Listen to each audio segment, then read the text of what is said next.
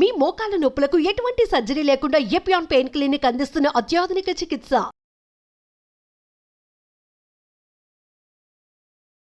Hi Chetan గారు. Hello అండి. చేతన్ గారు, మోకాలు గనుక రెండు కాలవి కంప్లీట్ గా అరిగిపోతే ఎలాంటి ప్రాబ్లమ్స్ వస్తాయి? మీరేమైనా పెక్యులర్ కేస్ ని డీల్ చేశారా? మోకాల్లో గుజ్జు ఉంటది కదా, అది మొత్తం అరిగిపోయింది. అరిగిపోయిన తర్వాత ఇప్పుడు వారం రోజుల్లో ఆపరేషన్ ఉంది. ఆపరేషన్కి వెళ్ళే ముందు ఆ పేషెంట్కి ఆ రోజు మార్నింగ్ ఇవాళ ఆపరేషన్ ఉంది, ఇంకా హాస్పిటల్కి పోవాలి అనేసి ఆమెకి ఎవరో చెప్పారు మన గురించి. ఓకే, లేదు మీకు ఆపరేషన్ అవసరం పడదు ఈ డాక్టర్ దగ్గర పోతే అనేసి. హాస్పిటల్కి పోయే పేషెంట్ మన దగ్గరకు వచ్చిండ్రు. ఇప్పుడు వచ్చిన తర్వాత ఏమైందంటే మన క్లినిక్కి రావాలి అంటే లిఫ్ట్ ఎక్కాలి అంటే 4 మెట్లు ఎక్కాలి. 4 స్టెప్స్. ఆ పేషెంట్కి ఎక్కడానికి రాదు. 4 స్టెప్స్ కూడా 4 స్టెప్స్ కూడా ఎక్కడానికి రాదు. అంత ఎవరికి చూసారా?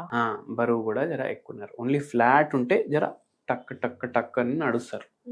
మళ్ళీ ఏమైపోతుంది అంటే ఇప్పుడు ఆల్రెడీ అరిగిపోయింది కదా, ఇప్పుడు మోకాల్లో అంత బలం ఉండదు. అప్పుడు జర్ర నడవంగానే పడిపోతారు వాళ్ళు. కొందరికి అట్లా అయిపోతుంది. అంటే పట్టు ఉండదండి. కాదు చేతన్ గారు, ఇప్పుడు మనకి లైఫ్ అంటే చాలా ఇష్టం కదా అందరికి. రేపు సర్జరీకి వెళ్ళబోయే ముందు ఒక్కసారి హోమియోపతి ట్రై చేద్దాము అన్నంత రిస్క్ చేస్తారా? ఇప్పుడు వచ్చిరు కదా పేషెంట్. అవును, ఎందుకంటే వాళ్ళు ఏమనుకున్నారు, నేను చెప్పే బట్టి మళ్ళీ వాళ్ళు హాస్పిటల్కి వెళ్ళిపోదామని అనుకున్నారు. ఓకే, ఒక ఏమంటారు, ఒక ఒపీనియన్ లాగా ఓకే వచ్చారు. ఎందుకంటే పేషెంట్ ఏజ్ కూడా ఎక్కువ ఉంది. పేషెంట్ ఏజ్ కూడా 77 or 78 years ఉంది. ఆ పేషెంట్ కి ఏమనిపించింది, నేను ఎన్నిసార్లు ఆపరేషన్ చేసుకోవాలి? ఆల్రెడీ అంతకు ముందు కూడా అయిందా? వేరే ఆపరేషన్లు అయినాయి, ఎన్ని అని చేయించుకోవాలి? నేను ఒక 1 year ఉంటా జరా మంచిగా, అంటే ఏం పరేషానీ లేకుండా ఉంటాను. సర్జరీ బదులు హోమియోపతికి వెళ్తే ఎన్ని రోజులు బతుకుంటాను కానీ నాకు సర్జరీ వద్దని డిసైడ్ అయ్యి వచ్చింది ఆవిడ. అయితే మనం ఏం చేసినాము, మన దగ్గరకు వచ్చిండ్రు. ఆ 4 మెట్లు కూడా ఎక్కలేకపోయినరు. మనం చైర్ పంపిస్తే చైర్ మీద కూర్చొని వాళ్ళ ఇంటి వాళ్ళు మన క్లినిక్ వాళ్ళు లేపి ఆ 4 మెట్లు క్రాస్ చేయించారు. మళ్ళీ లిఫ్ట్లో ఫస్ట్ ఫ్లోర్కి వచ్చినాక మెల్లగా నడుచుకొని వచ్చిండ్రు. మనం ఒకటి అడిగినాం, స్ట్రెస్ ఏముంది? మీ ఫేవరెట్ క్వశ్చన్. నా ఫేవరెట్ క్వశ్చన్. ఎందుకంటే మనం స్ట్రెస్ అండ్ ఫిజికల్ సిమ్టమ్స్ రెండింటిని కంబైన్ చేసి మందులు ఇస్తాం. ఈ పేషెంట్కి ఏం స్ట్రెస్ ఉండే అంటే వాళ్ళ ఆయన పోయిర్రు.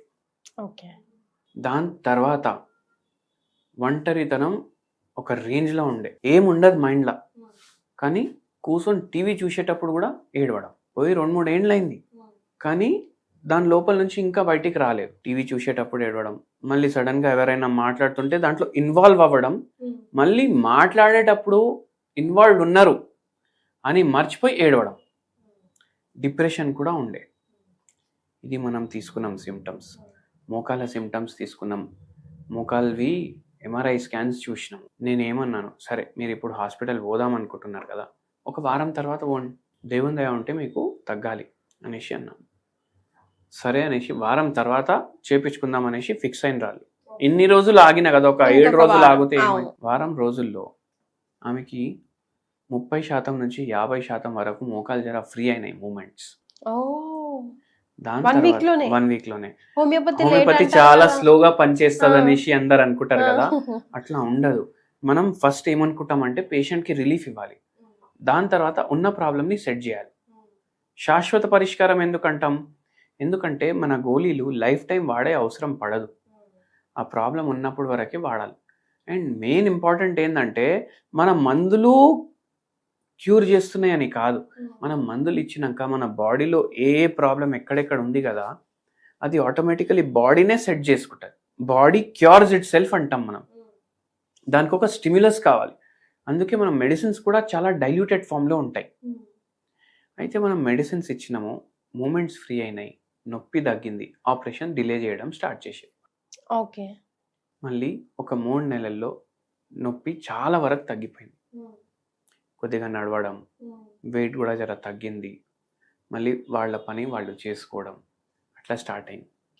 ఇప్పుడు 77-78 years ఉంది. ఇప్పుడు ఇదే పేషెంట్కి ఒక 40 ఏళ్ళు 50 ఏళ్ళు ఉందంటే గుజ్జు మళ్ళీ మొత్తం రిపేర్ కూడా అవుతుంది త్రూ హోమియోపతి. కానీ 50 ఏళ్ళు కాకుండా 77 years ఉంది. డిస్ట్రక్టివ్ ఏజ్ అది. అంటే ఈ ఏజ్లో ఏమవుతుంది అంటే బాడీ ఫిజియాలజీ, అది అంటే ప్రకృతి అనుకోండి, ఏమవుతుంది, అన్ని డ్యామేజ్లు అవ్వడం స్టార్ట్ అవుతాయి. ఎందుకంటే మనం ఒక డెత్కి అప్రోచ్ అవుతున్నాం. అయితే ఇప్పుడు ఏమైంది, ఈ పేషెంట్కి నొప్పులు తగ్గిపోయినాయి. ఇప్పుడు ఎంఆర్ఐ తీస్తే ఏమొచ్చింది, ఇంతకుముందు మొత్తం గ్రేడ్ 4లో ఉండే, ఇప్పుడు గ్రేడ్ 2కి వచ్చింది, నొప్పులు లేవు. అయితే మనం ఏమన్నాం, సరే అమ్మా ఇప్పుడు మనం ట్రీట్మెంట్ ఆపేద్దాం, 1.5 year వాడిర్రు అట్లని, ట్రీట్మెంట్ ఆపేద్దాం, చూద్దాం ఎన్ని రోజులు ఉంటుంది. ఈ రోజు వరకు నొప్పి రాలేదు. హోమ్ రెమెడీ కూడా చెప్పినాం దాంతోపాటు. ఏంటండి అది? ఆ హోమ్ రెమెడీ ఏంటంటే భీమసేని కర్పూరం అనేసి ఒక కర్పూరం వస్తుంది. ఓకే, దాని పేరే అదా? పేరే అది. ఇప్పుడు మనం కర్పూరం తోటి హారతి చేస్తాం కదా, మీరు అబ్జర్వ్ చేయండి, మనం తీర్థం తీసుకుంటామా వెంకటేశ్వర స్వామి గుడిలా, ఆ తీర్థంలో మనకు కర్పూరం టేస్ట్ వస్తుంది. దాని అర్థమైంది, వాళ్ళు కర్పూరం వేస్తున్నారు దాంట్లో. ఈ కర్పూరం ఏదైతే ఉంటది కదా, భీమసేని కర్పూరం, ఇది ప్యూరెస్ట్ ఫార్మ్ ఆఫ్ కర్పూరం అన్నమాట. ఇది మంట పెడితే దీనికి, ఇప్పుడు మన ఇంట్లో మనం పక్క కిరాణా షాప్ నుంచి కర్పూరం పట్టుకొని వస్తే మంట పెడితే మొత్తం నల్ల పొగలు వస్తాయి దాంట్లోకి వెళ్ళి. దీంట్లో ఆ నల్ల పొగలు రావు, ఓన్లీ జ్యోతి వస్తుంది. ఓకే. అండ్ దీంట్లో అంత స్ట్రాంగ్ స్మెల్ కూడా ఉండదు, ఎందుకంటే ఇది purest form, plant derive purest form. ఇది డైలీ 1 pinch పౌడర్ లాగా చేసుకొని 1 pinch మీరు వాటర్లో యాడ్ చేసుకోండి. వాటర్లో యాడ్ చేసుకొని దీంట్లో కొద్దిగా మీరు మిరియాల పౌడర్, అది కూడా ఒక చుక్క వేయండి. ఓకే, చిటికెడు ఒక కప్లో మిక్స్ చేసుకోండి. Daily morning, daily afternoon, daily night ఇది కన్జ్యూమ్ చేయండి. ఏమవుతుంది దాంతో? దీంతో ఏమవుతుందంటే, ఏదైతే మనకు నొప్పి ఉంటుంది కదా, దీంట్లో ఎనర్జెసిక్ ప్రాపర్టీస్ చాలా ఎక్కువ ఉంటాయి. అండ్ ఎనర్జెసిక్ ప్రాపర్టీస్ ఉండడం వల్ల వీళ్ళకు నొప్పి కొద్దిగా రిలీఫ్ అవుతుంది. ఓకే. రిలీఫ్ అయిన తర్వాత ఏమవుతుంది, మనకు మెల్లమెల్లగా మన హోమియోపతి మందు ఆ కార్టిలేజ్ని రిపేర్ చేయడానికి కూడా హెల్ప్ చేస్తుంటుంది, అదే సైమల్టేనియస్లీ. మళ్ళీ దాని తర్వాత ఏమవుతుంది, ఇప్పుడు ముసలోళ్ళు ఏమవుతుంది, అబ్జార్ప్షన్ సరిగా ఉండదు వాళ్ళ శరీరం. ఇప్పుడు కాల్షియం టాబ్లెట్ వేసుకుంటే కూడా అబ్జార్ప్షన్ అవ్వదు, కాల్షియం రిచ్ ఫుడ్స్ తింటే కూడా అబ్జార్ప్షన్ ఉండదు. అయితే దీంట్లో మనం మినరల్ వేసినాం కదా, దీంట్లో యాంటీ ఆక్సిడెంట్ ప్రాపర్టీస్ ఉంటాయి. ఆ యాంటీ ఆక్సిడెంట్ ప్రాపర్టీస్ వల్ల ఫ్రీ రాడికల్స్ బాడీలో తగ్గుతాయి.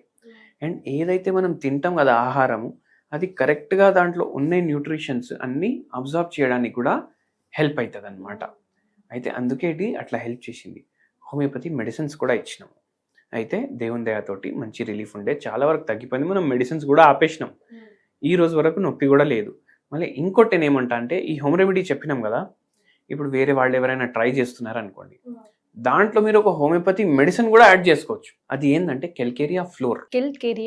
కెల్కేరియా ఫ్లోర్ 0/9 పొటెన్సీ 5 pills దాంట్లో యాడ్ చేసుకోవాలి. మిక్స్ చేస్తారు కదా, ఈ పిల్స్ కూడా డిజాల్వ్ అయిపోతాయి దాంట్లో. అదే మీరు డైలీ కన్జ్యూమ్ చేయండి. ఓకే, చాలా మంచిగా ఉంటుంది. కానీ before and after homeopathy pills 1/2 hour వరకు ఏం తినొద్దు అంటారు. చూడండి మేడం, 1/2 hour వరకు ఏం తినొద్దు అనేసి మనం చాలా మంది ఇండియన్ డాక్టర్స్ ఎవరైతే ఉంటారో వాళ్ళు చెప్తారు. కానీ ఇట్లా హోమియోపతి మెడిసిన్స్, ఇప్పుడు నేను ఇన్ని వీడియోస్ తీస్తాం కదా మనం, ఇట్లా నేను ఏమైనా హోమ్ రెమెడీ చెప్తే వాళ్ళు కిందికి వచ్చి కమెంట్స్ కూడా రాస్తారు వేరే వాళ్ళు. వాళ్ళకి ఐడియా ఉండదు కదా మన డాక్టర్ గారు ఇంత గ్యాప్ ఇవ్వమన్నారు అనేసి. కానీ అట్లా వేసి తీసుకోవడం వల్ల నేను అబ్జర్వ్ చేసిన, నేనే కాదు వేరే వేరే కంట్రీస్లో డాక్టర్లే అబ్జర్వ్ చేసిండ్రు, ఏంది ఇట్లా ఎన్హాన్స్ అవుతుంది, దాని ప్రాపర్టీలు ఎన్హాన్స్ అవుతాయి. అయితే అట్లా వాడచ్చు, ఏం ప్రాబ్లం రాదు. సో హోప్ ఫ్రమ్ హోప్లెస్ తన స్టోరీ తీసుకుంటే అట్లాగే అయింది కదా. హోప్ ఫర్ ది హోప్లెస్ అనేసి మీరు అంటున్నారు కదా, నేను ఇదే కాన్సెప్ట్ తోటి చాలా మందికి, అంటే అసలు ఇప్పుడు ట్రీట్మెంటే లేదు బై మీ రోగానికి అనేసి చెప్పేస్తారు కదా డాక్టర్లు, అటువంటి పేషెంట్లు వస్తారు మన దగ్గర. MND కేసులు కూడా వస్తారు, మోటార్ న్యూరాన్ డిజార్డర్. అంటే ఇప్పుడు నడవడం అంటే కాళ్ళు కూడా పెట్టడానికి రాదు వాళ్ళకు, ఎందుకంటే నరాలు మొత్తం డ్యామేజ్ అయిపోయినాయి. ఒక పేషెంట్కి ఏం ప్రాబ్లం ఉండే అంటే, బొక్కలు ఉంటాయి కదా, కూసుటే ఫ్రాక్చర్లు అవుతాయి, పడుకుంటే ఫ్రాక్చర్లు అవుతాయి. అంత అది ఆటోఇమ్యూన్ ప్రాబ్లం అనుకోండి, జెనెటిక్గా వంశపరంగా వచ్చింది ఆ పేషెంట్. అటువంటి పేషెంట్లు. మళ్ళీ దాని తర్వాత డౌన్ సిండ్రోమ్ అనేసి ఒక ఉంటుంది, ఆ పేషెంట్లు. ఆటిజం అంటారు, పిల్లల్లో ఉంటుంది. వాళ్ళందరికీ హోప్ ఫర్ ది హోప్లెస్ అంటే వీళ్ళకి ట్రీట్మెంట్ లేదు వేరే దాంట్లో.